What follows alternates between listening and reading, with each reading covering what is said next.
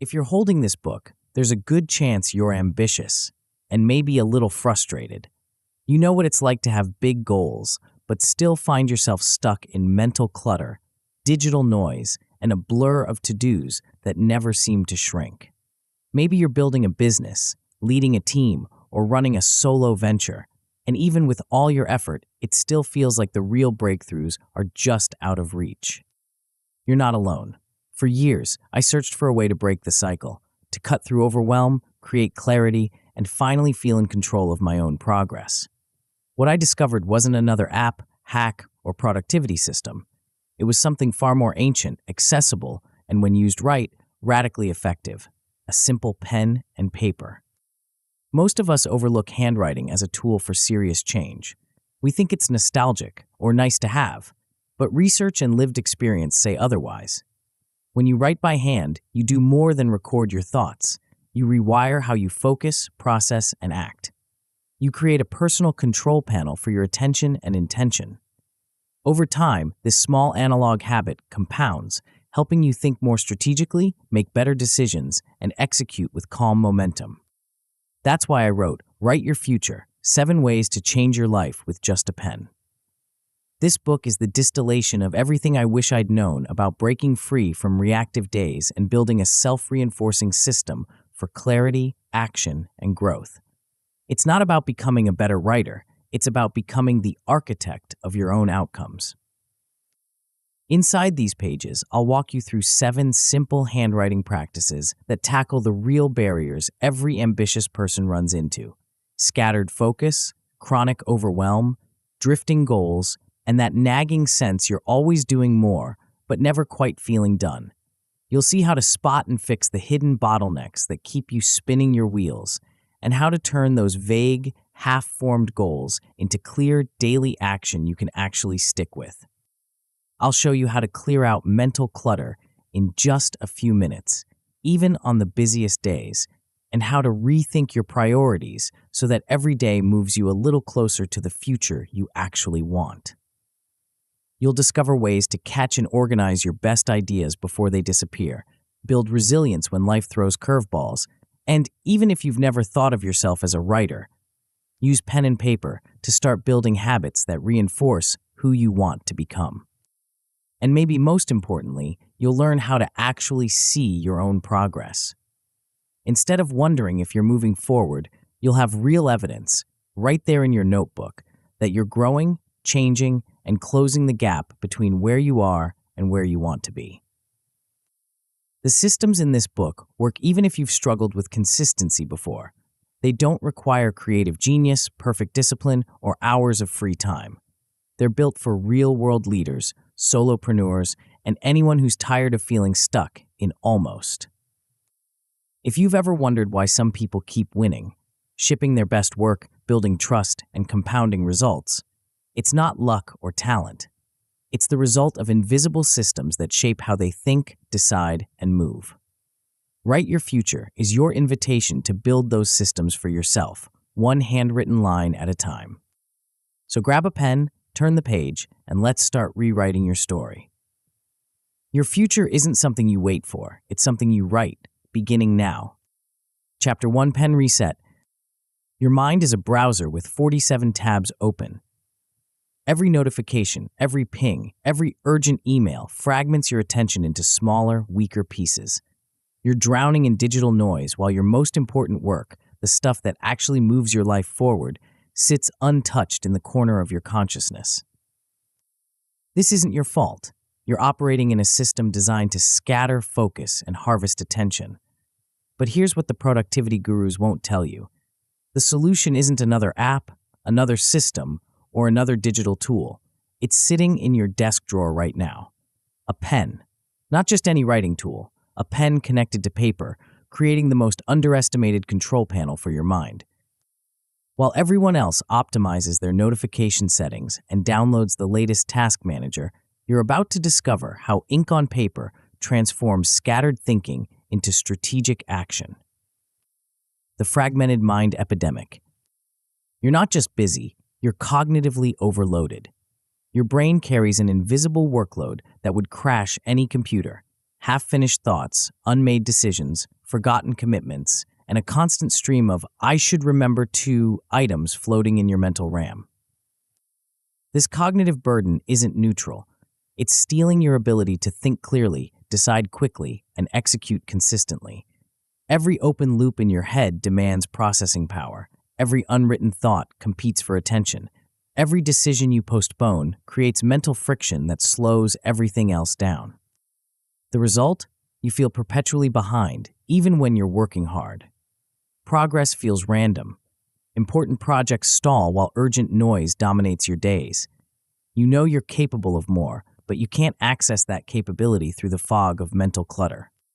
Worse, you have no proof of progress. Without a paper trail, your wins disappear into the digital ether. You forget what you accomplished last week, let alone last month. Your identity as someone who gets things done erodes because you can't see the evidence of your own effectiveness. The hidden cost of digital drift. If you don't interrupt this pattern, chronic overwhelm becomes your operating system. You'll spend years reacting instead of creating, responding instead of leading, managing instead of building. The opportunity cost compounds daily. While you're trapped in shallow work loops, checking email, attending pointless meetings, putting out fires, your competitors are making leverage moves. They're writing the proposals that win the big contracts. They're building the relationships that open doors. They're shipping the projects that advance careers. Your creativity shrinks under constant cognitive load. Innovation requires mental space, and you have none. Your best ideas surface in the shower or during walks, then vanish before you can capture them. Your strategic thinking gets crowded out by tactical urgency. Projects stall. Priorities blur. Your reputation suffers from inconsistent follow-through because you can't track what you've committed to or measure what you've delivered. Your analog advantage. Here's what changes when you pick up a pen. Everything. Writing externalizes cognition. It moves thoughts from your overloaded mental RAM onto paper, freeing up processing power for what matters. This isn't just productivity theater. It's cognitive offloading backed by neuroscience. When you write by hand, you slow down thought just enough to think better. The physical friction of pen on paper creates space between impulse and action, between reaction and response. You catch biases before they derail decisions. You spot patterns before they become problems. On your first pass through this book, you'll master 7 writing rituals that transform how you think, decide, and execute. You'll conduct a life audit that exposes the truth about where you stand and what needs fixing. You'll learn free writing, a 12-minute mental reset that clears clutter and surfaces insights. You'll master the Splurge List, a 3 to 5 minute brain dump that separates everything from the few things that matter.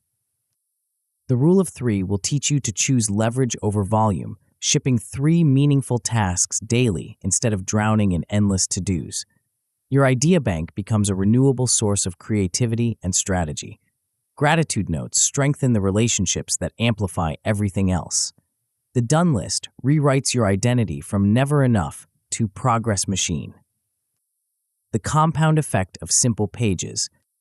These aren't just productivity hacks, they're compound habits that get easier and more powerful over time. As you build streaks, the system maintains itself. As you collect evidence of progress, your confidence grows. As you strengthen relationships through consistent appreciation, opportunities multiply. You'll make decisions faster because you've externalized the complexity.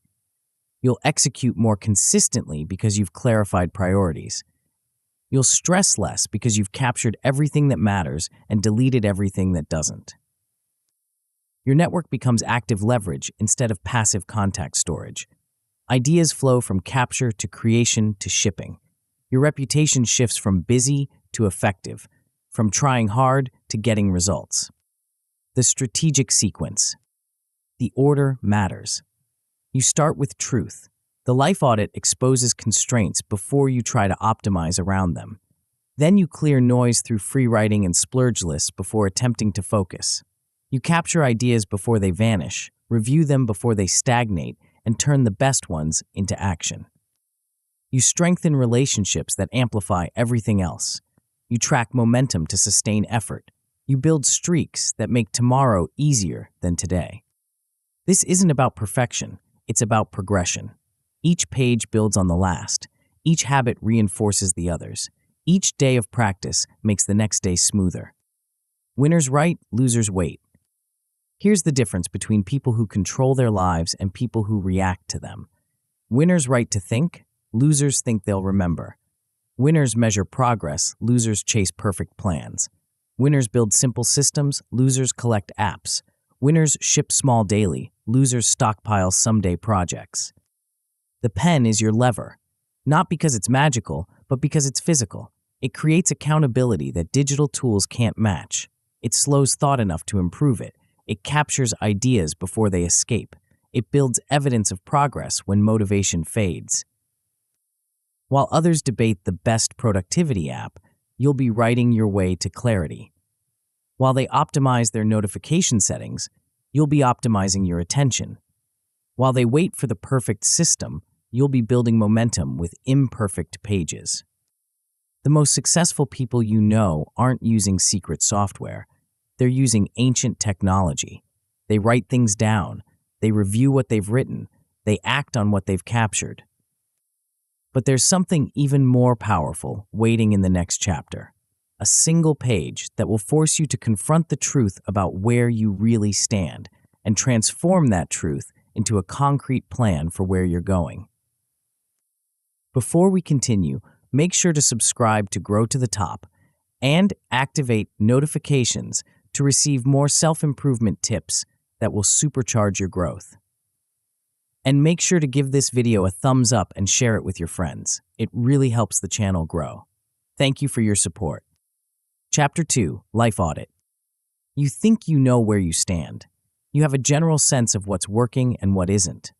Your career is fine. Your relationships are good enough. Your finances are getting better. But here's the uncomfortable truth. General senses and vague assessments are the enemy of progress. Most people live in a fog of self-deception, powered by optimism bias and selective memory. They remember the wins, forget the patterns, and wonder why the same problems keep surfacing. They treat symptoms instead of constraints. They apply effort without direction and wonder why nothing changes. The Life Audit changes everything. It's not another self-help exercise or feel-good reflection. It's a surgical examination of reality that forces you to confront what's actually happening in your life. Not what you hope is happening, not what you tell others is happening, but what the evidence reveals. This single page will become your strategic dashboard, your constraint-spotting radar, and your accountability mirror, all in one. But first, you need to understand why most people avoid this level of honesty with themselves. The comfort of comfortable lies. You can't optimize what you won't confront. This sounds obvious, but watch how people behave.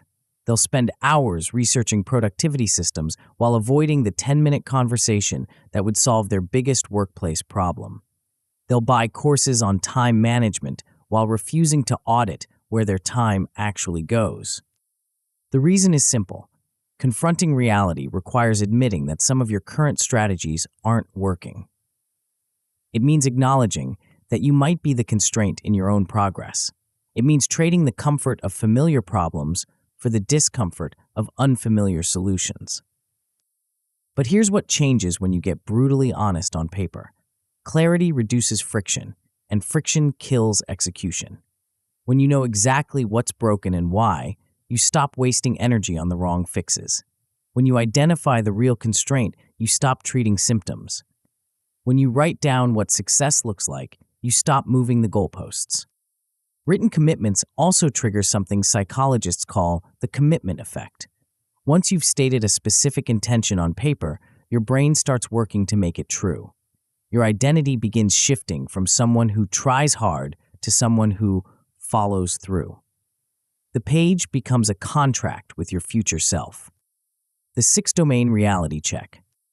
The Life Audit covers 6 domains that capture the full spectrum of a strategic life: work, health, finances, relationships, learning, and freedom. These aren't random categories. They're interconnected systems where weakness in one area often creates problems in others. Your work performance affects your financial security. Your health impacts your energy for relationships. Your learning rate determines your freedom of choice. When you map all 6 domains on one page, patterns emerge that you can't see when you think about them separately. But this isn't about balance. It's about identifying bottlenecks. In any system, the constraint determines the output. If your health is the constraint, working longer hours won't solve your productivity problem. If your relationship skills are the constraint, earning more money won't solve your influence problem. The audit helps you name the constraint, not just the symptom. Most people make 3 critical mistakes when trying to improve their lives. First, they believe more effort will fix everything. But effort without direction is just expensive motion. Second, they think they need more tools, apps, or systems, but you need fewer, clearer priorities, not more complexity. Third, they claim they don't have time to step back and assess. But the audit doesn't cost time. It buys time back by preventing wasted effort on the wrong problems. The brutal honesty framework. Here's how the audit works. You divide a single page into 6 sections, 1 for each domain. In each section, you write 5 specific lines that force precision over platitudes. First, you identify what's working and what isn't, but you stick to facts, not feelings. I feel overwhelmed at work becomes, I missed 3 deadlines this month and worked past 8 p.m. 12 times. My relationship is struggling becomes, we haven't had a meaningful conversation in 2 weeks and argued twice about money. Second, you identify the root cause, not just the surface symptom. Missing deadlines might be caused by poor time estimation, unclear priorities, or saying yes to too many requests. Relationship tension might stem from misaligned expectations, poor communication habits, or competing life priorities. You're looking for the constraint that, if removed, would solve multiple problems. Third, you identify one keystone fix, a single move with outsized impact.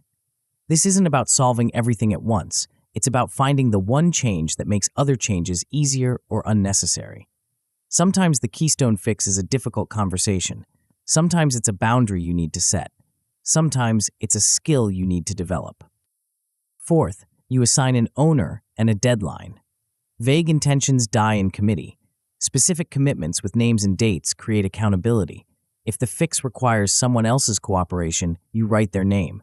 If it depends on you, you own it completely. The deadline forces urgency and prevents the audit from becoming another someday project. Fifth, you define what done looks like in observable terms. Improved communication is not a definition of done. Have weekly 30-minute check-ins scheduled and completed for 4 consecutive weeks is. Get healthier is not done. Complete 3 45-minute workouts per week for 6 weeks is. Observable outcomes prevent moving goalposts and enable real measurement. Finally, you add one inversion line for each domain. If this failed, why? This forces you to think about what could go wrong before it does. It reveals hidden assumptions and helps you build contingencies. It's the difference between hoping for success and engineering it. Converting insights into action. The audit isn't complete until you convert each keystone fix into what psychologists call an implementation intention, an if-then statement that links a specific situation to a specific action. These aren't just good ideas, they're behavioral triggers that increase follow-through rates by up to 300%. Instead of, I need to have better conversations with my partner, you write, if it's Sunday at 7 p.m., then I will ask my partner about their biggest priority for the upcoming week and share mine. Instead of I should exercise more, you write, if I finish my morning coffee, then I will put on workout clothes and do 20 minutes of movement before checking email. The power is in the specificity. Your brain knows exactly what to do and when to do it. There's no decision fatigue, no willpower required, no room for negotiation with your future self. But here's the crucial part. You can't fix everything at once. The audit will reveal more problems than you can solve simultaneously. You must cap your active fixes at 5 total across all domains. Everything else gets parked for later review.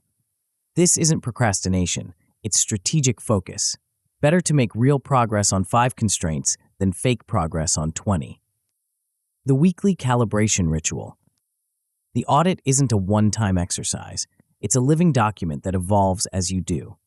Every Friday, you spend 10 minutes reviewing what's changed. You update progress, adjust deadlines, and identify new constraints as old ones get resolved. This weekly calibration prevents drift and maintains momentum. It catches problems while they're still small. It celebrates progress that might otherwise go unnoticed. It keeps your strategic priorities visible in a world designed to bury them under tactical noise.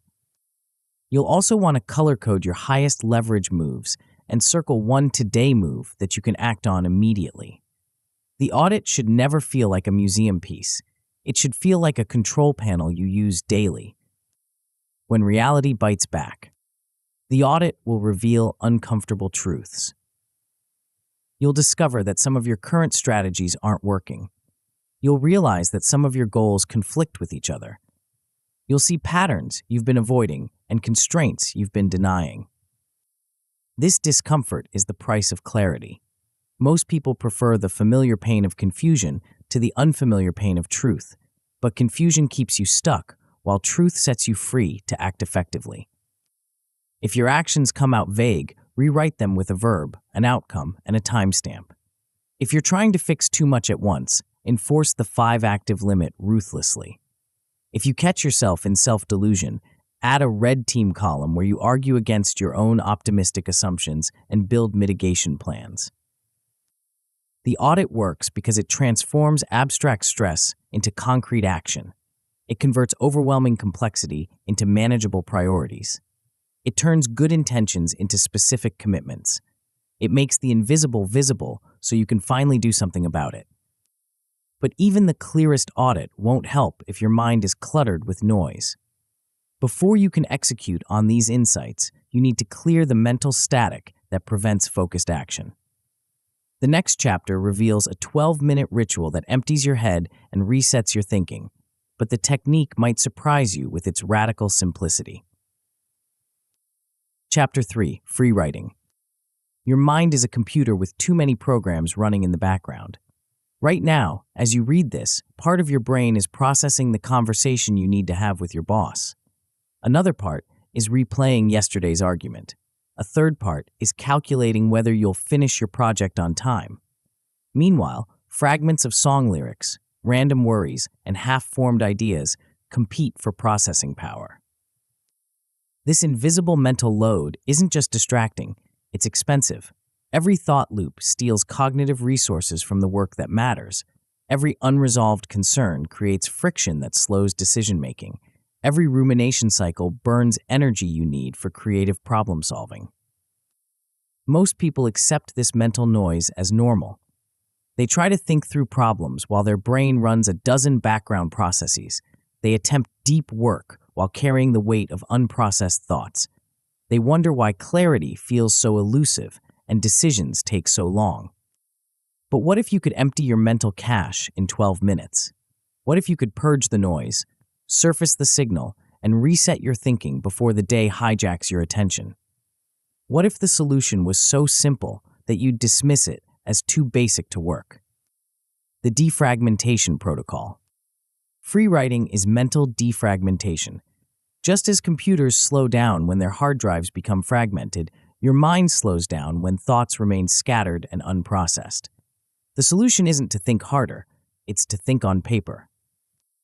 For 12 minutes, you write continuously without stopping, editing, or judging. No topic is off limits. No thought is too small or too strange. You dump everything, fears, plans, frustrations, ideas, questions, onto paper in one unfiltered stream. This isn't journaling. Journaling implies reflection and structure.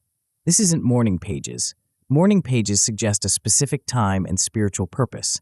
This is pure cognitive offloading, a utilitarian tool for clearing mental clutter so you can think clearly about what matters.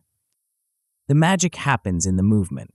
When your pen moves continuously, you bypass the inner critic that normally filters and censors your thoughts. You access the associative processing that generates insights.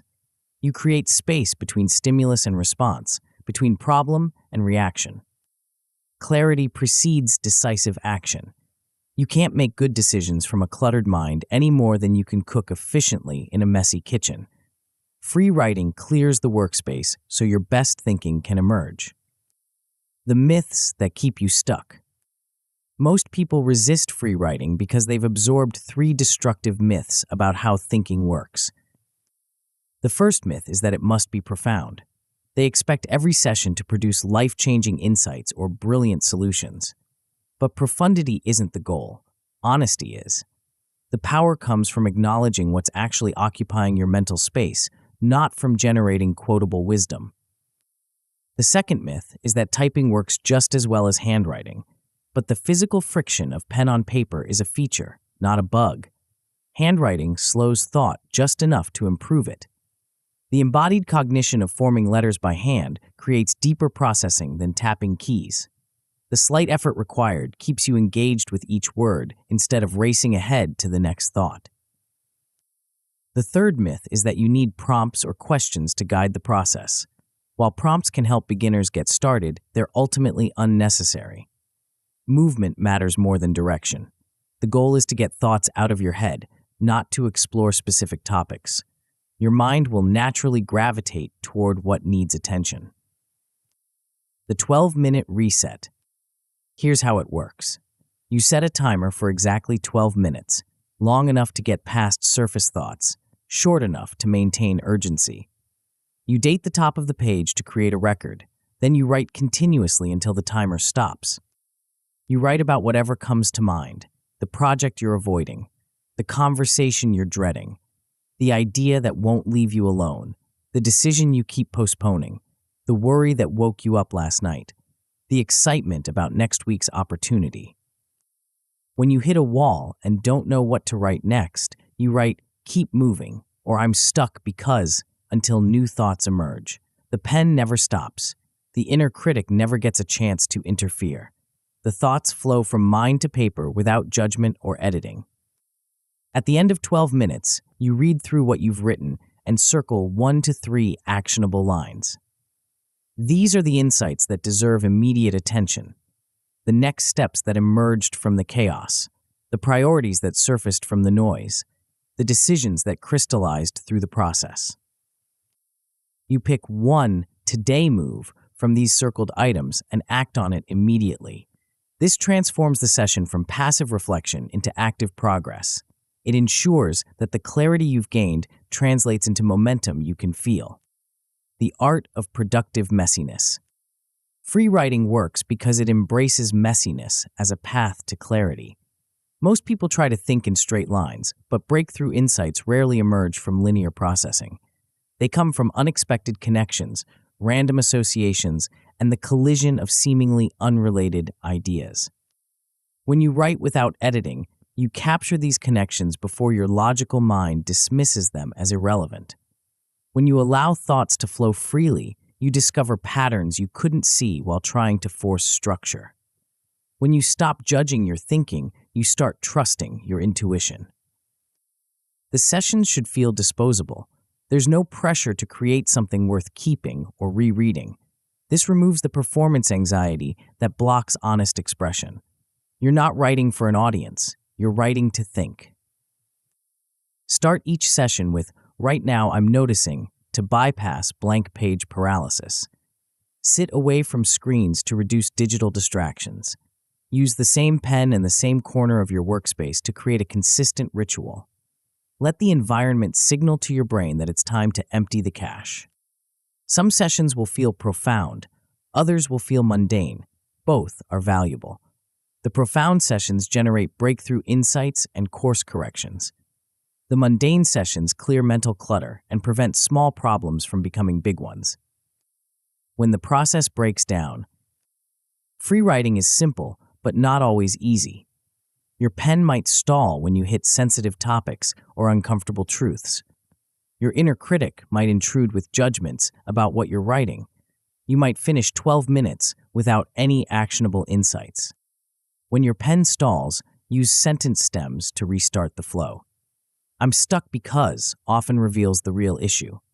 "If I were brave, I would" uncovers the action you're avoiding. "The thing I'm not saying is," brings hidden concerns to the surface. When harsh self-judgment creeps in, write "observe, not solve" at the top of the page. Your job isn't to fix everything you notice, it's to notice what needs attention. Solutions come later, after clarity emerges. When you finish without actionable output, force yourself to identify one verb-based next step before leaving the page. "Call Sarah about the budget" is better than no action at all.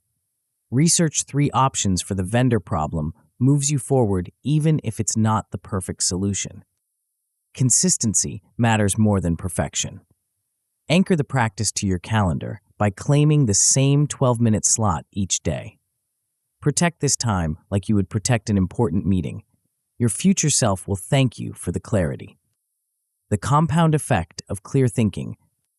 Free writing isn't just about solving today's problems. It's about building your capacity to think clearly under pressure. Each session strengthens your ability to separate signal from noise. Each practice round improves your skill at accessing insight on demand. Over time, you'll notice patterns in your thinking that were invisible before. You'll catch yourself ruminating and know how to break the cycle.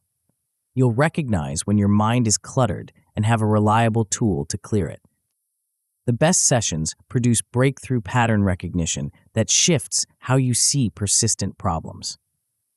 You'll discover that the work issue you've been struggling with is actually a communication problem. You'll realize that the relationship tension you've been avoiding stems from misaligned expectations. You'll see that the project you've been procrastinating on needs to be broken into smaller pieces.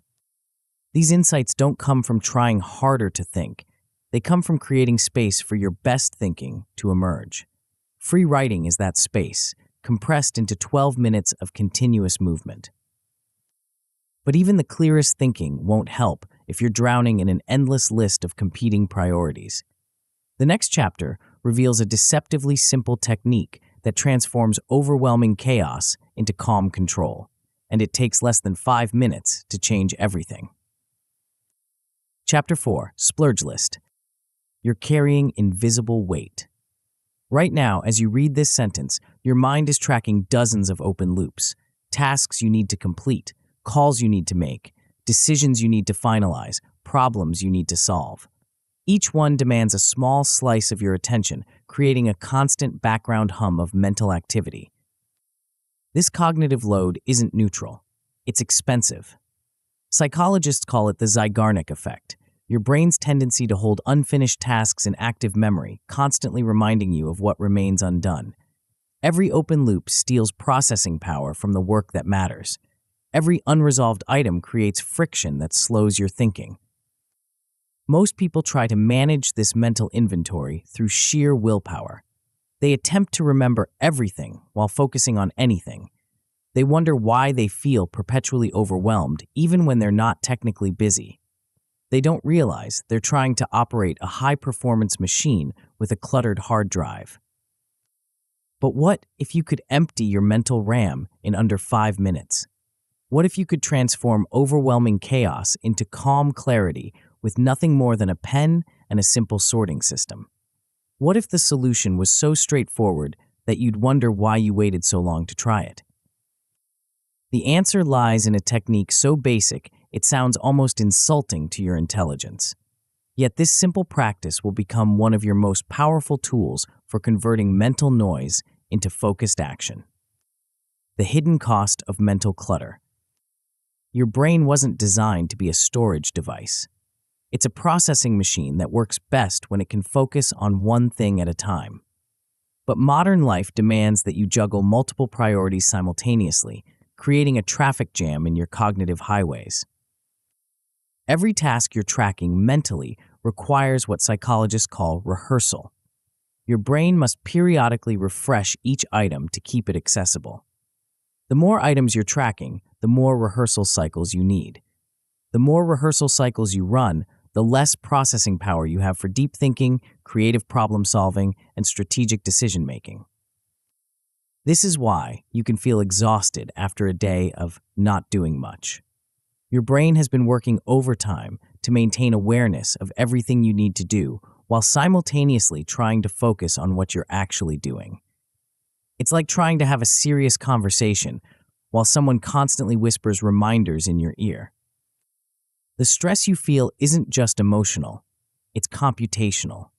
Your mental operating system is overloaded, and the symptoms show up as decision fatigue, procrastination, and the nagging sense that you're always forgetting something important. The art of strategic dumping. The Splurge List solves this problem through radical simplicity. For 3 to 5 minutes, you dump everything that's seeking your attention onto paper. Everything.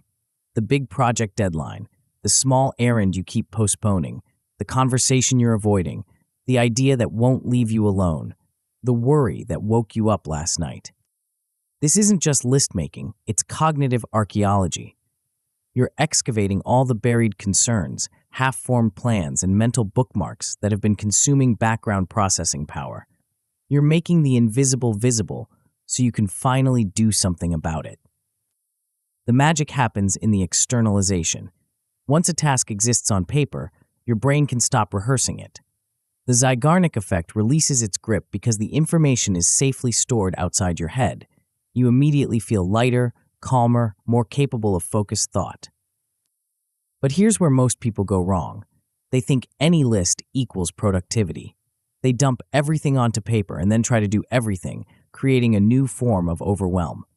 The Splurge List works because it includes a crucial second step that transforms chaos into clarity. The 3-bucket triage system. After you've captured everything, you sort each item into one of 3 buckets: do today, defer, or delete. This simple triage system forces you to confront a fundamental truth about productivity. Not everything deserves your attention, and certainly not everything deserves your attention today. The Do Today bucket gets items that genuinely need action within the next 12 hours. These are your true priorities, the tasks that will move your life forward if completed. But here's the crucial constraint. You can only put 3 items in this bucket. Not 5, not 7, definitely not 10. 3. This artificial limitation forces you to prioritize ruthlessly. It prevents the common mistake of labeling everything as urgent. It makes you choose between competing demands instead of pretending you can do everything simultaneously. The Defer bucket gets items that matter but don't need immediate action. These tasks get scheduled for specific future dates, removing them from today's cognitive load while ensuring they don't disappear entirely. The key is to actually calendar these items, not just hope you'll remember them later. The Delete bucket is where the real magic happens. This is where you practice strategic neglect, the art of consciously choosing not to do things that don't deserve your time or energy. Aim to delete at least 20% of what you capture. If you're not deleting anything, you're not being honest about what actually matters. The liberation of letting go. Most people resist deletion because they've been conditioned to believe that productivity means doing more. But true productivity means doing the right things and ignoring everything else. The Delete bucket gives you permission to acknowledge that some tasks, worries, and ideas simply don't deserve space in your life. Ask yourself, what happens if I never do this? Often the answer is nothing significant. That phone call you've been meaning to make to a distant acquaintance, that article you bookmarked 6 months ago, that project idea that seemed important in the moment but has lost its urgency. Delete them all. This isn't laziness, it's strategic focus. Every item you delete frees up mental and emotional energy for the things that truly matter. Every unnecessary task you eliminate creates space for the work that will actually advance your goals. The physical act of crossing out deleted items provides psychological closure. You're not just ignoring these tasks, you're consciously choosing to release them. This deliberate decision prevents them from sneaking back into your mental inventory later. The speed advantage. The Splurge List works because it prioritizes speed over perfection. You're not crafting elegant prose or detailed project plans. You're capturing thoughts as quickly as possible and sorting them with brutal efficiency. Keep each line short and start with a verb. Call Sam about invoice is better than I really should call Sam to discuss the outstanding invoice issue that's been bothering me. Speed forces clarity. When you only have 5 minutes, you can't afford to be vague or verbose. Use simple symbols to add context without slowing down. A star marks high-leverage items. An exclamation point flags genuine urgency. A recycling symbol identifies recurring tasks that might need systematic solutions rather than repeated manual effort. If your due today list exceeds 3 items, you're hiding from prioritization. Cut it ruthlessly. Move the extras to defer or delete. Remember, the goal isn't to capture everything you could do, it's to identify the few things you should do. The daily reset ritual. The Splurge List becomes most powerful when practiced daily. Each morning, before checking email or diving into work, you spend 5 minutes emptying your mental cache and sorting your priorities. This creates a clean slate for focused work and prevents small concerns from accumulating into overwhelming anxiety. The process should feel disposable. Once you've sorted everything and moved your 3 priorities forward, draw a line under the list and return to work. Don't overthink it. Don't perfect it. Don't turn it into a complex system. The power lies in the simplicity and speed. Some days you'll capture 20 items. Other days you'll capture 5. Both are normal. The goal isn't to generate a certain volume of tasks. It's to clear whatever mental clutter has accumulated since your last session. Watch for patterns in what you're capturing. If the same items appear repeatedly without action, you're either avoiding something important or tracking something unimportant.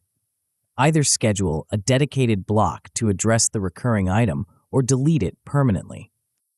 When the system breaks down, the Splurge List can fail in predictable ways. You might get trapped in endless capture, spending 20 minutes trying to remember every possible task instead of the intended 5. Set a hard timer and stop when it rings, even if you feel incomplete. You might resist deleting anything, treating every captured item as sacred. Force yourself to delete at least 20%. If you can't find anything to delete, you're not being honest about priorities. You might overload your due today bucket, defeating the purpose of the exercise. Enforce the 3-item limit religiously. If everything feels urgent, nothing is actually urgent. You're just avoiding the hard work of prioritization. The most common failure is perfectionism. You might spend excessive time crafting the perfect description for each task or organizing items into elaborate categories. Resist this urge. The Splurge List works because it's fast and rough, not because it's polished and comprehensive. The bridge to focused action. The Splurge List isn't an end in itself. It's a bridge between chaos and clarity, between overwhelm and focus. It prepares clean inputs for deeper work by removing the mental static that prevents sustained attention. When your head is empty and your priorities are clear, you can engage in the kind of focused work that actually moves your life forward. You can think strategically instead of reactively. You can choose your next action based on importance rather than urgency. The 5 minutes you spend on the Splurge List will save you hours of scattered effort and mental spinning. It's the difference between trying to work with a cluttered desk and working with a clean workspace. Both are possible, but only one allows you to perform at your best. But even the clearest priorities won't help if you can't focus long enough to complete them. The next chapter reveals a deceptively simple framework that transforms scattered effort into laser-focused execution. And it all comes down to a number that most people get catastrophically wrong. Chapter 5, Rule of 3. There's a number that separates high performers from everyone else. It's not the number of hours they work, the number of apps they use, or the number of productivity books they've read. It's much smaller than you think, and most people get it catastrophically wrong. Most people wake up with a mental list of 7, 10, or 15 things they want to accomplish. They feel productive just thinking about all the progress they'll make. By evening, they've completed maybe 3 or 4 items, feel frustrated about the rest, and wonder why they can't seem to get ahead. The high performers do something different. They choose a smaller number. So small, it feels almost insulting to their ambition. They focus on this number with laser intensity. They protect it from distraction. They execute it completely before moving to anything else. That number is 3. Not 5, not 7, definitely not 10. 3 consequential tasks per day. That's it. That's the entire system. And it will transform your productivity more than any complex methodology or expensive software ever could. The paradox of productive constraint. Your instinct tells you that more tasks equal more output. Your logic suggests that ambitious people should have ambitious to-do lists. Your competitive nature whispers that successful people must be doing more than 3 things per day. Your instinct is wrong. Your logic is flawed. Your competitive nature is sabotaging your success. Here's what actually happens when you try to do everything. Your attention fragments across multiple priorities, reducing the quality and speed of your work on each one. You spend mental energy constantly switching between tasks, losing momentum and creating friction. You feel busy, but accomplish little of lasting value. The rule of 3 works because it exploits a fundamental principle of human psychology.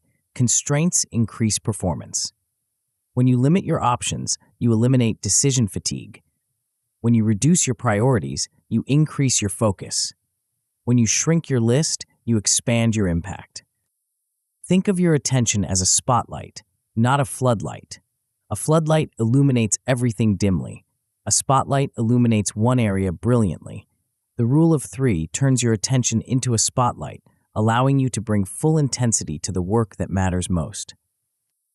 This isn't about doing less, it's about finishing more. Completion rates jump dramatically when you focus on fewer things. Quality improves when you're not rushing between competing priorities. Momentum builds when you can point to concrete daily progress instead of scattered partial efforts. The architecture of daily victory. The rule of 3 creates what psychologists call a visible throughput system, a clear, measurable way to track meaningful progress every single day. Instead of hoping you'll remember what you accomplished, you have concrete evidence.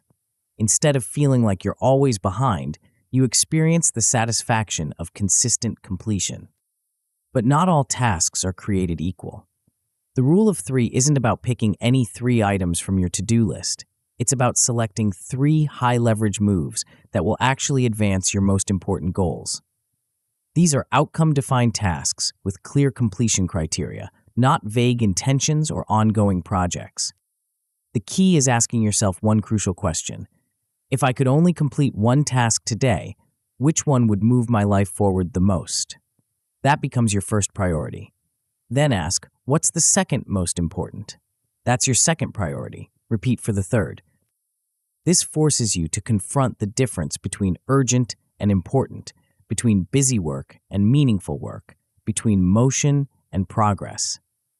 Most people avoid this confrontation because it requires admitting that much of what fills their days doesn't actually matter. The sequencing strategy.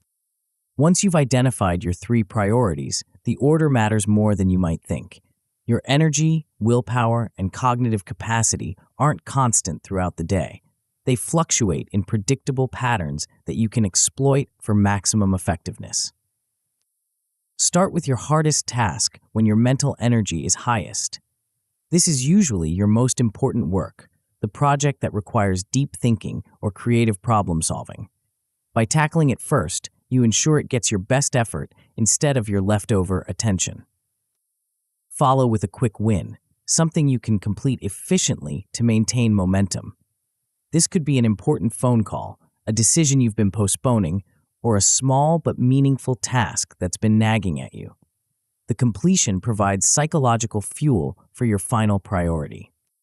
End with creative or relationship work when your analytical mind is tired, but your intuitive faculties are still active.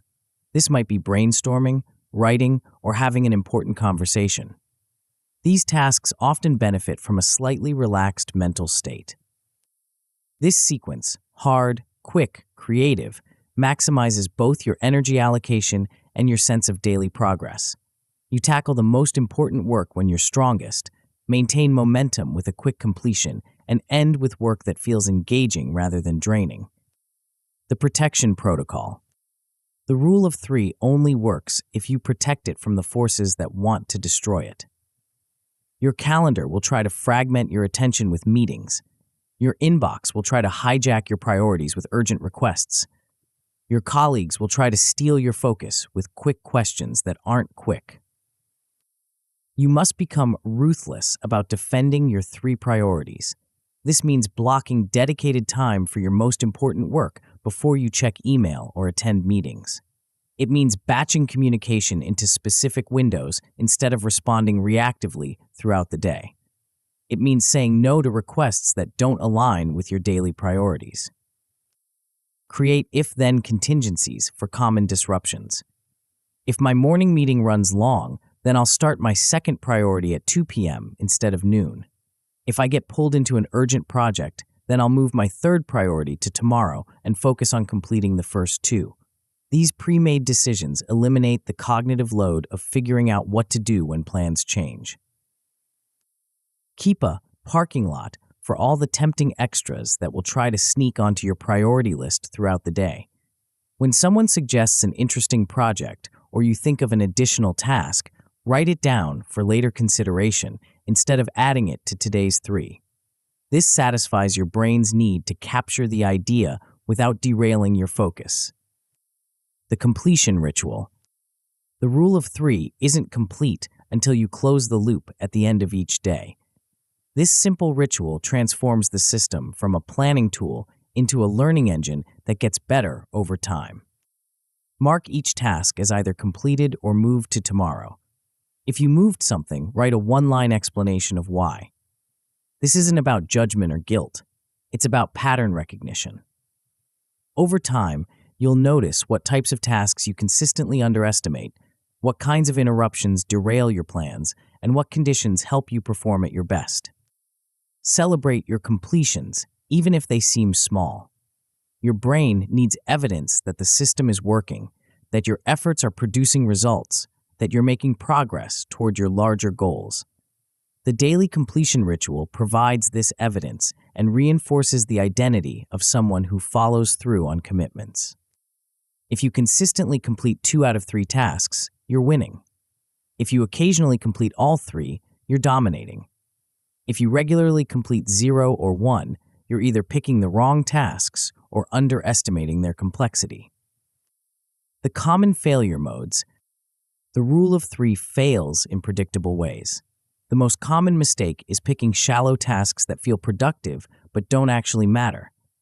Ask yourself, will my future self care about this in 30 days? If the answer is no, it doesn't belong on your priority list. Another failure mode is calendar chaos, allowing meetings and interruptions to fragment your day so completely that you never get focused time for important work. The solution is to schedule deep work before you schedule anything else, then defend those blocks like you would defend a crucial client meeting. Some people consistently underestimate how long tasks will take, leading to spillover and frustration. If this happens repeatedly, reduce your task scope by 30% or break large tasks into smaller, discrete subtasks that can be completed in a single session.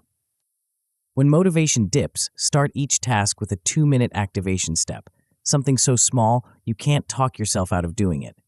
Open the document and write 1 sentence. Make 1 phone call. Research 1 option. Often, starting is the hardest part, and momentum builds naturally once you're in motion. The compound effect of daily discipline. The rule of 3 becomes exponentially more powerful over time. Each day of completion builds confidence in your ability to follow through. Each week of consistent progress creates visible momentum on important projects. Each month of focused effort compounds into significant achievements that would be impossible with scattered attention. You'll start to see patterns in your work that were invisible when you were trying to do everything at once. You'll develop better intuition about how long tasks actually take. You'll get more skilled at identifying which activities produce disproportionate results and which ones just create the illusion of productivity. Your reputation will shift from someone who's always busy to someone who consistently delivers. Your stress will decrease as you stop trying to track dozens of competing priorities in your head. Your satisfaction will increase as you experience the daily rhythm of meaningful completion. The rule of three isn't just a productivity technique, it's a philosophy of focus over fragmentation, depth over breadth, completion over commencement. It's the difference between feeling productive and being productive, between motion and progress, between busy and effective. But even the most focused daily execution won't reach its full potential without a systematic way to capture and develop the ideas that fuel innovation and growth. The next chapter reveals how to build a renewable pipeline of insights that most people let slip away forever, and the simple weekly ritual that transforms random thoughts into strategic advantage. Chapter 6, Idea Bank. Your best idea vanished 3 days ago. You remember the moment it struck, that flash of insight that felt so obvious, so brilliant, so perfectly timed that you couldn't possibly forget it. You were walking to your car, or stepping out of the shower, or lying in bed just before sleep. The idea was crystal clear, complete, ready to change everything. Now it's gone. You remember having the idea, but you can't remember what it was. You've tried to reconstruct it, but the magic is missing. The spark that made it feel revolutionary has faded into a vague sense of lost opportunity. This happens to everyone. Ideas are perishable. They decay faster than you think, and they don't come back on command. The brilliant solution to your biggest problem, the creative angle for your next project, the strategic insight that could transform your business, they all slip away while you're busy with other things. Most people accept this as the natural order of creativity. They assume good ideas will return if they're truly valuable. They trust their memory to preserve what matters. They treat inspiration as something that happens to them rather than something they can systematically capture and develop. But what if you could build a vault for your ideas? What if you could create a renewable pipeline of insights that compounds over time? What if the solution was so simple that you already have everything you need to start today? The invisible hemorrhage of insight. You're bleeding ideas every day. Not just the big, obvious ones that feel important enough to remember, but the small sparks that could grow into something significant with the right attention. The subtle observation about your industry, the connection between two seemingly unrelated concepts, the question that could unlock a new approach to an old problem. These micro-insights are the raw material of innovation, but they're also the most fragile. They arrive quietly, without fanfare, and disappear just as quietly when your attention moves elsewhere. You might have 3 brilliant thoughts during your morning commute, but by the time you reach your desk, they've been crowded out by emails, meetings, and the urgent demands of the day. The cost of this invisible hemorrhage is enormous. Every lost idea represents missed leverage, a potential solution that could have saved time, a creative angle that could have won attention, a strategic insight that could have opened new opportunities. You're not just losing individual thoughts, you're losing the compound effect of accumulated wisdom. Worse, you're training your brain to be careless with insights. When ideas consistently disappear without action, your subconscious learns to generate fewer of them. Why waste energy on thoughts that won't be preserved or developed? The creative well doesn't dry up. It just stops offering its treasures to someone who won't protect them. The architecture of accumulation. The Idea Bank solves this problem through systematic capture and deliberate review. It's not a complex system. Complexity kills adoption. It's not a digital tool. Digital tools create friction and distraction. It's a simple paper-based vault that turns random inspiration into renewable fuel for your most important work. The system works because it exploits a fundamental principle of creativity. Serendipity favors the prepared mind. When you consistently capture ideas, you create a searchable database of your own thinking. When you regularly review what you've captured, you discover connections that weren't obvious in the moment. When you promote the best ideas into action, you transform inspiration into results. This isn't about becoming a prolific idea generator. It's about becoming a reliable idea developer. The goal isn't to capture every fleeting thought, but to preserve the ones with potential and give them space to grow. Quality emerges from quantity when you have a system for separating signal from noise. The idea bank becomes your external creative memory, a place where insights can marinate and mature without demanding immediate attention. It's the difference between hoping inspiration will strike and knowing you have a renewable source of strategic advantage sitting in your notebook. The capture protocol. The mechanics are deliberately simple. You title a section of your notebook Idea Bank and date each page. Every idea gets one line, no more, no less. One line forces clarity and prevents you from getting lost in elaborate descriptions. One line keeps the capture process fast enough to use in real time. Each idea gets a simple tag that indicates its domain: sales for revenue-generating concepts, story for communication angles, OPS for operational improvements, offer for product or service ideas. The tags aren't meant to be comprehensive, they're meant to be consistent. Keep them few and use them religiously. The key is capturing ideas in their raw form without judgment or editing. Don't worry about whether they're good enough or complete enough or practical enough. Your job is preservation, not evaluation. The evaluation comes later, during the weekly review process that transforms random capture into strategic development. Write the date next to each idea. This creates a timeline of your thinking and helps you spot patterns in when and how insights emerge. You might discover that your best ideas come during specific activities, times of day, or emotional states. This meta-knowledge helps you optimize for creativity. Carry your notebook everywhere, or at least keep it accessible during your most creative periods. Ideas don't respect your schedule. They arrive during conversations, commutes, and quiet moments when your mind is free to wander. The faster you can capture them, the more likely they are to survive. The weekly alchemy. Capture without review is just hoarding. The real magic happens during your weekly review session, 20 minutes every Friday, when you transform raw material into refined strategy.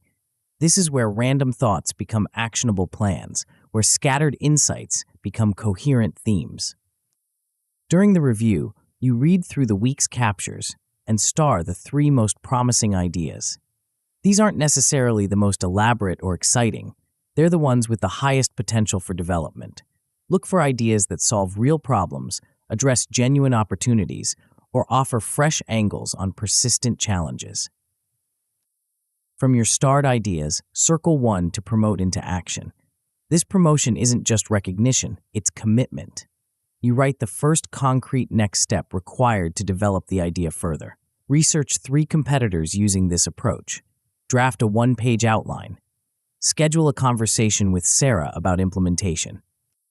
The promoted idea then moves into your Rule of 3 system or gets calendared as a dedicated project block. This ensures that your best insights don't just get acknowledged, they get developed. The bridge between inspiration and implementation is often just one small, specific action. Use simple progression markers to track idea maturity. Seed for raw captures, sprout for ideas under development, ship for concepts that have been implemented.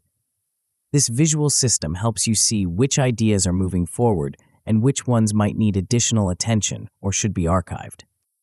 The pattern recognition engine. The real power of the idea bank emerges over time as patterns become visible. You'll notice that certain types of ideas appear repeatedly, suggesting persistent interests or recurring opportunities. You'll see connections between ideas captured weeks apart, revealing larger themes in your thinking. Some ideas will cluster around specific challenges you're facing, providing multiple angles of attack on important problems. Others will point toward emerging opportunities that weren't obvious when viewed individually. The accumulation creates a strategic intelligence that's greater than the sum of its parts. Deliberately revisit older pages during your weekly reviews. Set a reminder to scan last month's captures for ideas that might be more relevant now than they were when first recorded. Context changes, and an idea that seemed impractical 4 weeks ago might be perfectly timed today. Pay special attention to contrarian thoughts, ideas that challenge conventional wisdom or suggest alternative approaches. These edge cases often contain the seeds of competitive advantage because they represent thinking that others might be avoiding or overlooking. the creative compound effect. The idea bank becomes more valuable the longer you maintain it. Your first month might yield 20 captured ideas and 1 promoted concept. Your 6th month might generate 60 ideas and 4 promotions. Your first year could produce a steady pipeline of monthly launches, content pieces, or strategic initiatives. This isn't just about volume, it's about developing your creative instincts. The act of consistently capturing ideas trains your brain to notice opportunities and generate solutions. You become more observant, more curious, more willing to explore unconventional approaches. The weekly promotion ritual builds your execution muscle. You get better at identifying which ideas have real potential and which ones are just interesting distractions. You develop skill at translating inspiration into action, at moving from what if to what's next. Over time, the idea bank becomes a competitive advantage that compounds quietly in the background. While others wait for inspiration to strike, you have a renewable source of strategic fuel. While others struggle to remember their insights, you have a searchable archive of your best thinking. The common pitfalls. The system fails when people either capture everything or capture nothing. The everything capturers turn their idea bank into a junk drawer of random thoughts. The nothing capturers wait for perfect ideas that never come. The sweet spot is capturing ideas with potential while ignoring obvious noise. Another failure mode is vague capture. Better marketing isn't an idea, it's a category. Email sequence for trial users who don't convert is an idea. Specificity during capture saves time during review and increases the likelihood of successful promotion. The most common failure is skipping the weekly review. Without regular attention, the idea bank becomes a write-only system that provides the illusion of progress without actual development. Guard your Friday review session like you would guard any other important meeting. Some people create elaborate tagging systems that become more complex than the ideas themselves. Keep your tags simple and consistent. 5 to 7 categories are usually sufficient. If you need more granularity, you're probably overthinking the system. The strategic advantage. The idea bank isn't just about creativity, it's about strategic thinking. It helps you spot trends before they become obvious, identify opportunities before they become competitive, and develop solutions before problems become crises. It's early warning radar for your professional and personal development. The ideas you capture today become the strategies you implement tomorrow. The insights you preserve this month become the competitive advantages you deploy next quarter. The patterns you recognize this year become the expertise you're known for in the future. But even the most innovative ideas won't reach their full potential without the relationships to support and amplify them. The next chapter reveals a forgotten art that builds the human connections essential for turning great ideas into great outcomes, and it requires nothing more than 3 sentences and a stamp. Chapter 7: Gratitude Notes. When was the last time you received a handwritten note? Not a birthday card from your grandmother or a wedding invitation, but a genuine, unexpected note of appreciation from someone in your professional or personal network. If you're like most people, you can't remember. In a world of instant messages, emoji reactions, and automated thank you emails, handwritten notes have become so rare they feel almost foreign. We've digitized gratitude into efficiency, stripping away the very qualities that made it powerful in the first place. But this digital migration has created an opportunity that most people are completely missing. While everyone else sends quick texts and generic LinkedIn messages, a small group of strategic thinkers is quietly building something far more valuable: genuine human connections that compound over time into extraordinary opportunities. They're using a tool so simple, so analog, so seemingly outdated that it feels almost quaint. Yet this tool generates more goodwill, opens more doors, and creates more lasting value than any networking strategy or social media campaign ever could. The tool is a pen, a piece of paper, and 3 carefully chosen sentences. The lost art of uncommon effort. In our hyper-connected world, we've confused frequency with impact. We think that more touches equal stronger relationships, that faster responses equal better service, that digital efficiency equals human connection. We're wrong on all counts. Relationships aren't built on the quantity of interactions, they're built on the quality of attention. Trust doesn't come from speed, it comes from sincerity. Influence doesn't flow from efficiency, it flows from effort. When you take the time to write a note by hand, you're sending a signal that can't be faked or automated. You're saying that this person and this moment matter enough to slow down, to be deliberate, to invest physical effort in expressing appreciation. In a world of copy-paste communication, this signal is extraordinarily powerful. The psychology is simple but profound. When someone receives unexpected appreciation, especially in a format that required effort to create, they experience what researchers call positive affect, a boost in mood and energy that creates lasting positive associations with the sender. More importantly, they feel compelled to reciprocate, not immediately, but when the right opportunity arises. This isn't manipulation, it's human nature. We're wired to return kindness, to remember who made us feel valued, to extend opportunities to people who have invested in our success. Gratitude notes tap into this fundamental social dynamic, but only when they're genuine, specific, and free from immediate agenda. The 3-sentence formula. The power of gratitude notes lies not in their length, but in their precision. 3 sentences are enough to convey genuine appreciation without overwhelming the recipient or creating a burden to respond. More than 3 sentences feels like a letter that demands attention. Fewer than 3 feels perfunctory. The first sentence expresses gratitude for something specific. Not, "Thank you for everything you do," but, "Thank you for introducing me to Sarah at the conference last week." Not, "I appreciate your help," but, "I appreciate you taking the time to review my proposal and provide detailed feedback." Specificity signals that you were paying attention, that the gesture mattered enough to remember clearly. The second sentence explains the impact. This is where most people fail. They express appreciation without explaining why it mattered.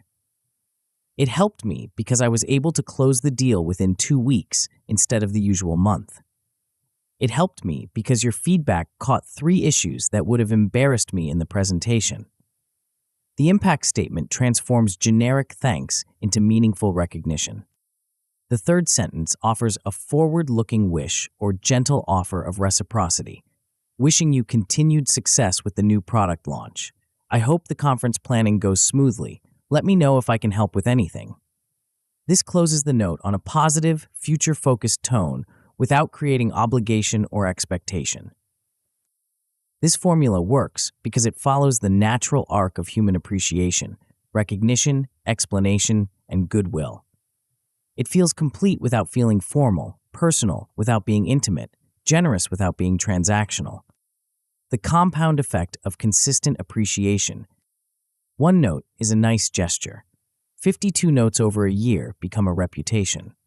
When you consistently acknowledge the contributions of others, you build something that can't be purchased or hacked, a network of people who genuinely want to see you succeed. This isn't about networking in the traditional sense, collecting contacts and trading favors. It's about creating a web of goodwill that generates opportunities organically. When someone in your network hears about a job opening, a business opportunity, or a valuable introduction, you become the person they think of first because you're the person who made them feel valued. The effects compound in ways that are impossible to predict or control. The colleague you thanked for a small favor 6 months ago mentions your name to their new boss. The mentor you appreciated for their guidance recommends you for a board position. The vendor you acknowledged for exceptional service gives you priority treatment during a crisis. These opportunities don't happen because you asked for them. They happen because you invested in relationships without expecting immediate returns. The notes create a reservoir of goodwill that pays dividends when you least expect it and most need it. Keep a simple ledger of who you've written to and when. This isn't about tracking returns on investment.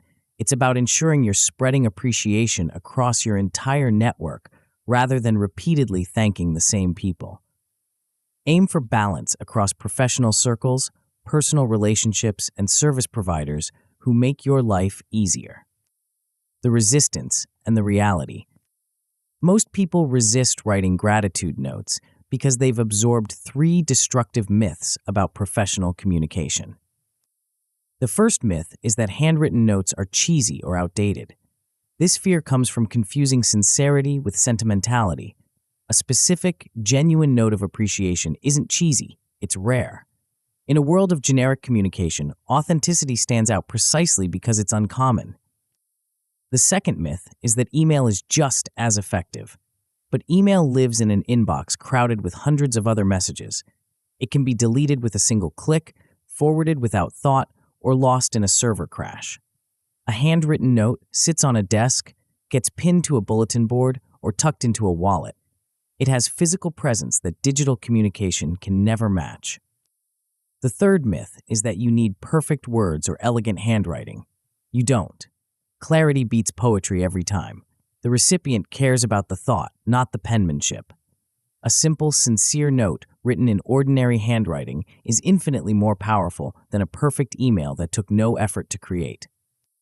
The reality is that handwritten notes work precisely because they're uncommon, effortful, and personal. They cut through digital noise like a whisper in a crowded room, quiet but impossible to ignore. The strategic implementation. Start by creating a gratitude queue, a running list of people who deserve acknowledgement.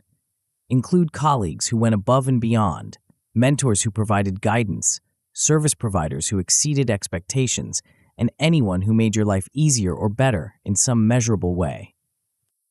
Choose one person each week. Don't overthink the selection. Trust your instincts about who deserves recognition. Set aside 15 minutes every Friday to write and send the note. This timing works because Friday energy is often positive, and weekend delivery means your note might be the first thing they see on Monday morning. Keep stationery and stamps visible and accessible. Friction kills good intentions. If you have to search for paper or make a trip to buy stamps, you'll find excuses to postpone the practice. Make the physical act of writing and sending as effortless as possible. Tie your notes to specific moments rather than general appreciation. Thank someone immediately after they help you, introduce you to someone valuable, or achieve something significant themselves. The closer the note is to the triggering event, the more impact it will have. Never include asks or requests in gratitude notes. Let appreciation stand alone, uncontaminated by agenda. If you need something from someone, ask in a separate communication weeks later, with full context about why you're reaching out. Mixing gratitude with requests destroys the sincerity that makes notes powerful. The multiplier effect.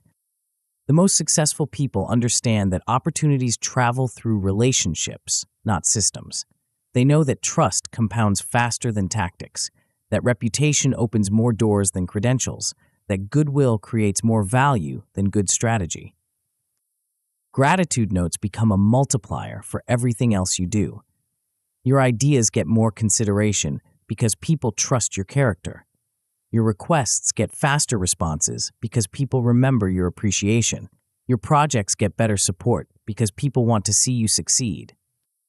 Over time, you'll notice that conversations become warmer, responses come quicker, and opportunities appear more frequently.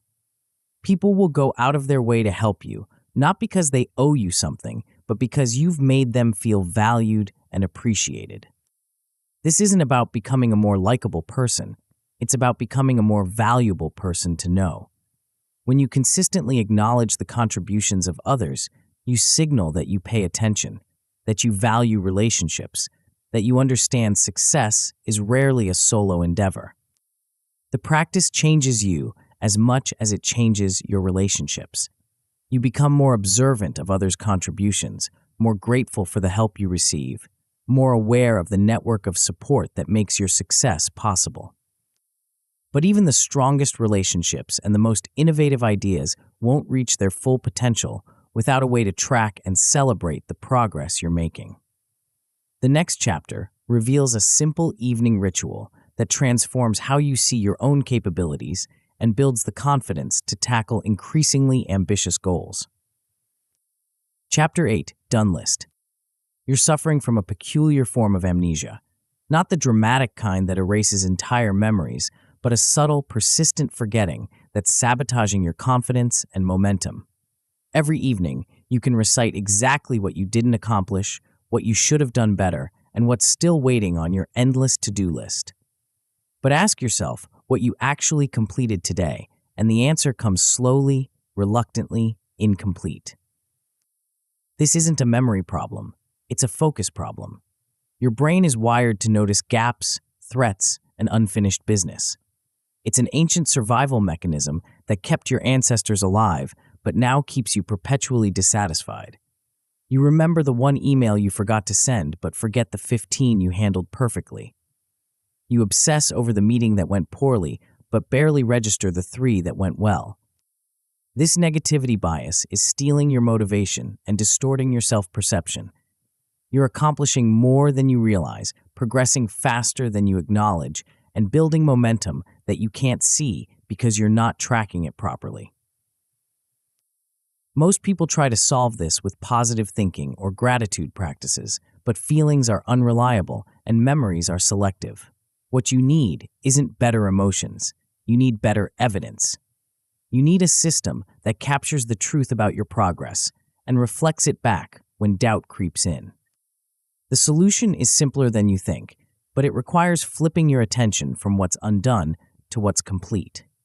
It requires building a different kind of list, one that most people never create because they're too busy chasing what's next to celebrate what's finished. The invisible progress trap. You're making more progress than you think, but progress is largely invisible in real time. Like watching a plant grow or a child develop, the daily changes are too small to notice, but the cumulative effect is dramatic. The problem is that our culture obsesses over outcomes while ignoring the process that creates them.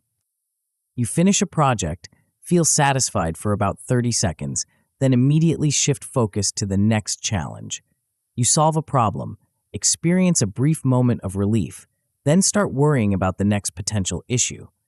You complete a difficult conversation, feel proud for a few minutes, then begin preparing for the next uncomfortable discussion. This constant forward momentum prevents you from recognizing patterns in your own effectiveness. You don't notice that you're getting better at difficult conversations, faster at problem solving, or more efficient at project completion. You miss the evidence of your own growth because you never pause to document it. The result is a distorted self-narrative that emphasizes struggle over success, effort over achievement, intention over execution. You start to see yourself as someone who tries hard but doesn't quite deliver, someone who's always behind despite working constantly, someone who's capable but not quite effective. This story becomes self-fulfilling. When you don't see evidence of your own competence, you approach new challenges with less confidence. When you can't remember your recent wins, you doubt your ability to handle current problems. When you focus on gaps instead of gains, you create more gaps. The evidence-based identity shift. The done list solves this problem by creating a daily record of completion that accumulates into undeniable proof of your effectiveness. It's not a feel-good exercise or a motivation hack. It's an evidence-gathering system that documents the reality of your progress. Every evening, you spend 5 minutes recording what you actually accomplished that day. Not what you intended to do, not what you should have done, but what you actually completed. The entries are factual, specific, and written in past tense to emphasize completion rather than effort. This simple practice triggers what psychologists call the goal gradient effect, the tendency to accelerate effort as you approach completion. When you regularly document finished work, your brain starts to crave the satisfaction of adding new entries to the list. You become more motivated to complete tasks because completion becomes visible and rewarding. More importantly, the done list rewrites your identity story with evidence. Instead of seeing yourself as someone who's always behind, you see documented proof that you're someone who finishes things. Instead of feeling like you're not making progress, you have a growing stack of completed actions that proves otherwise. The visual accumulation of checkmarks and completed tasks creates what researchers call self-efficacy, confidence in your ability to execute plans and achieve goals. This isn't blind optimism. It's evidence-based confidence that makes you more likely to tackle ambitious projects and persist through difficulties. The architecture of accomplishment. The done list works because it captures the full spectrum of your daily accomplishments, not just the big, obvious wins. You record work completions, personal achievements, learning milestones, and acts of service. This comprehensive approach reveals patterns that would be invisible if you only tracked professional tasks. Each entry starts with a verb in past tense: completed the quarterly report, called 3 potential vendors, resolved the client billing issue, read 2 chapters of the strategy book, helped Sarah with her presentation. The verb-first structure emphasizes action and completion, reinforcing your identity as someone who gets things done. You highlight one signature win each day, the accomplishment that best represents your progress or character. This isn't necessarily the biggest task you completed, it's the one that moved you forward most meaningfully. Sometimes it's finishing a major project. Sometimes it's having a difficult conversation you'd been avoiding. Sometimes it's maintaining a commitment when motivation was low. The signature win gets a one-sentence explanation of why it mattered. This reflection deepens the impact of the accomplishment and helps you recognize patterns in what creates meaningful progress. Over time, you'll notice themes in your most satisfying work and can adjust your priorities accordingly. The weekly pattern recognition. The real power of the done list emerges during your weekly review when individual accomplishments reveal larger patterns of effectiveness. You'll discover that you're more productive at certain times, more creative in specific environments, or more successful with particular types of challenges. These patterns become strategic intelligence that helps you optimize your approach to future work. If you notice that your best problem-solving happens in the morning, you can schedule difficult decisions earlier in the day. If you see that your most meaningful accomplishments involve helping others, you can seek more collaborative opportunities. The weekly scan also reveals progress that's invisible day to day. A week of small writing sessions adds up to significant content creation. A series of brief networking conversations builds into valuable relationship development. Multiple small learning investments compound into substantial skill advancement. This perspective shift is crucial for maintaining motivation during long-term projects where daily progress feels minimal. The done list provides evidence that you're moving forward even when individual days feel unproductive or frustrating. The resistance to recognition. Most people resist tracking their accomplishments because they've absorbed 3 destructive myths about self-recognition. The first myth is that documenting achievements is bragging or self-aggrandizing, but the done list is a private ledger of truth, not a public display of ego. You're not showing off, you're creating an accurate record of your own effectiveness for your own reference. The second myth is that the done list is redundant with task lists and calendars. But there's a crucial difference between intention and evidence. Your to-do list shows what you plan to accomplish. Your done list shows what you actually completed. The gap between the two reveals important information about your planning accuracy and execution consistency. The third myth is that small wins don't count or aren't worth recording. This is exactly backward. Small wins fuel big wins by building momentum and confidence. The 10-minute conversation that clarifies a misunderstanding prevents a week-long conflict. The brief research session that answers a key question enables a major decision. The small habit maintained during a difficult period preserves long-term progress. The practical implementation. Keep your done list page open on your desk throughout the day to reduce friction for logging accomplishments. When you complete something meaningful, jot it down immediately rather than trying to remember everything at the end of the day.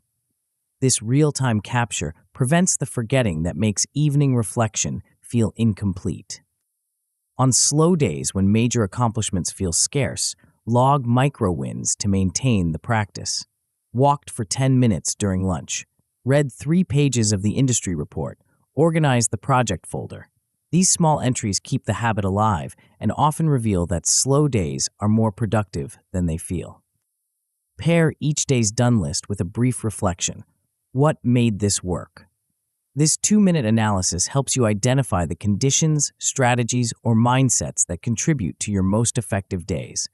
Over time, this meta-learning accelerates your development and helps you replicate your best performances.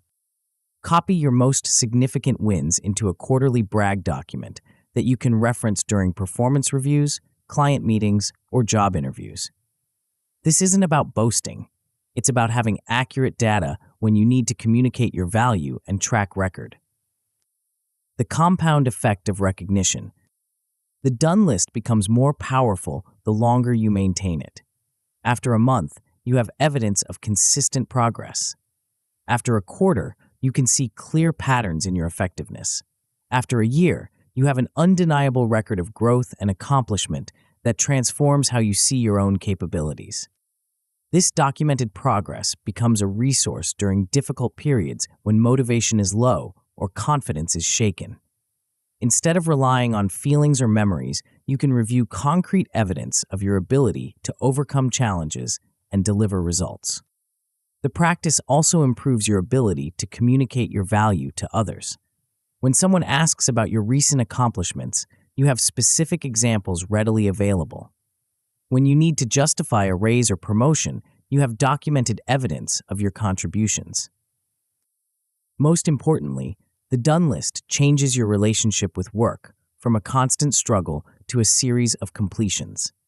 You start to see each day as an opportunity to add to your growing record of effectiveness rather than another chance to fall behind on an endless list of obligations. But even the most comprehensive record of individual accomplishments won't reach its full potential without a systematic way to build and maintain the habits that create consistent progress. The final chapter reveals how to weave all these practices together into a sustainable system that becomes easier over time, not harder. Chapter 9, Keep Going. You now hold something that most people will never possess, a complete system for thinking clearly, acting decisively, and building momentum that compounds over time. Not a complex methodology that requires apps, coaches, or constant maintenance, but 7 simple practices that fit on pages you can carry anywhere. This isn't the end of your journey. It's the beginning of a different way of operating in the world. You're about to discover what happens when scattered effort becomes focused action, when reactive thinking becomes strategic planning, when good intentions become documented results. The pen in your hand is no longer just a writing tool. It's a control panel for your attention, your priorities, and your progress. It's the difference between hoping things will improve and making them improve. It's the bridge between who you are today and who you're capable of becoming. But first, let's make sure you understand exactly what you've learned and how it all fits together. The complete operating system. You've built a 7-part system that transforms how you think, decide, and execute. Each component serves a specific purpose, but together they create something more powerful than the sum of their parts. The Life Audit forces truth before tactics. You can't optimize what you won't confront, so you start by mapping reality across work, health, finances, relationships, learning, and freedom. You identify constraints, not symptoms. You convert problems into keystone fixes with owners and deadlines. This becomes your strategic dashboard, a 1-page view of what actually needs attention. Free writing clears mental clutter before it can sabotage your thinking. 12 minutes of continuous writing purges rumination, surfaces insights, and resets your cognitive state. It's mental defragmentation that creates space for your best thinking to emerge. You do this daily or on demand before big decisions, deep work, or difficult conversations. The Splurge List empties your mental RAM in under 5 minutes. You dump every open loop onto paper, then sort ruthlessly. Do today, defer, or delete. This separates everything from the few things that matter, preparing clean inputs for focused work. You aim to delete at least 20% because strategic neglect is a skill. The rule of 3 converts scattered effort into laser focus. You choose exactly 3 consequential tasks per day, not 5, not 7, definitely not 10. You sequence them intelligently, hard first, quick second, creative third. You protect this focus from urgent noise and close the loop each evening with a completion check. Your idea bank captures insights before they vanish. 1 line per idea with dates and simple tags. You review weekly, star the best concepts, and promote 1 idea into action. This creates a renewable pipeline of strategic fuel that compounds over time into competitive advantage. Gratitude notes build the relationships that amplify everything else. 1 handwritten note per week, 3 sentences long, specific and sincere. You acknowledge contributions, explain impact, and offer goodwill. This creates reputational capital that opens doors and generates opportunities organically. The done list documents progress that would otherwise disappear. You record daily completions in past tense, highlight signature wins, and review weekly for patterns. This builds evidence-based confidence and rewrites your identity from someone who tries hard to someone who delivers results. Together, these 7 practices create a feedback loop that gets stronger over time. Clarity leads to better action, which creates evidence of progress, which reinforces your identity as someone who executes effectively, which makes future action easier and more natural. The leadership multiplier. This system doesn't just improve your personal productivity, it transforms how you lead others and influence outcomes. When you operate from clarity instead of confusion, people trust your judgment. When you follow through consistently, they rely on your commitments. When you appreciate their contributions specifically, they want to support your success. You become the person who sets the agenda instead of reacting to it. You control your attention rather than letting algorithms and other people's urgencies control it. You make decisions faster because you've externalized the complexity onto paper where it can be analyzed systematically. Your stress drops not because you're doing less, but because you're doing the right things in the right order with clear completion criteria. You know what matters, what doesn't, and what can wait. You have evidence of progress when motivation flags and proof of capability when confidence wavers. Most importantly, your identity shifts from reactor to architect, from busy to effective, from hoping to building. You stop waiting for inspiration and start creating conditions for consistent progress. You stop managing your time and start designing your life. The relationship revolution. These practices transform your relationships in ways that extend far beyond professional networking. When you consistently acknowledge others' contributions through gratitude notes, you signal that you pay attention, that you value collaboration, that you understand success is rarely a solo endeavor. Your clear commitments and visible follow-through reduce friction in every interaction. People know they can count on you because you have systems that prevent things from falling through cracks. Your word becomes reliable currency because it's backed by documented action. Your network evolves from passive contact storage to active leverage. The goodwill you've built through consistent appreciation creates a web of support that generates opportunities, introductions, and assistance when you need it most. People become invested in your success because you've invested in theirs. But the deepest change happens in how you see yourself in relation to others. When you're operating from clarity and confidence, you can be more generous with your attention, more helpful with your expertise, and more present in your interactions. You stop competing for scarce resources and start creating abundant value. The new capabilities. With this system in place, you can achieve things that were impossible before. You can ship meaningful work on schedule because you've protected deep work from urgent noise. You can say no with clarity because you know what deserves your yes. You can advocate for yourself with evidence-backed progress logs instead of hoping others will notice your contributions. You can capture and convert ideas into assets reliably because you have a systematic way to preserve insights and develop them into action. You can build strategic relationships because you have a consistent method for acknowledging value and creating goodwill. Most importantly, You can compound your efforts over time instead of starting from zero each day. Your systems create momentum that carries forward. Your documented progress builds confidence that enables bigger challenges, and your strengthened relationships provide leverage that multiplies your individual efforts.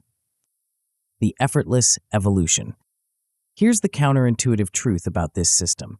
It gets easier over time, not harder. Most productivity methods require constant willpower and maintenance. This one becomes automatic because it's built on feedback loops that reinforce themselves. As you build streaks of consistent practice, the behaviors become habitual.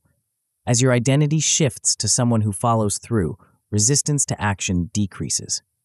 As you see evidence of progress, motivation becomes intrinsic rather than forced.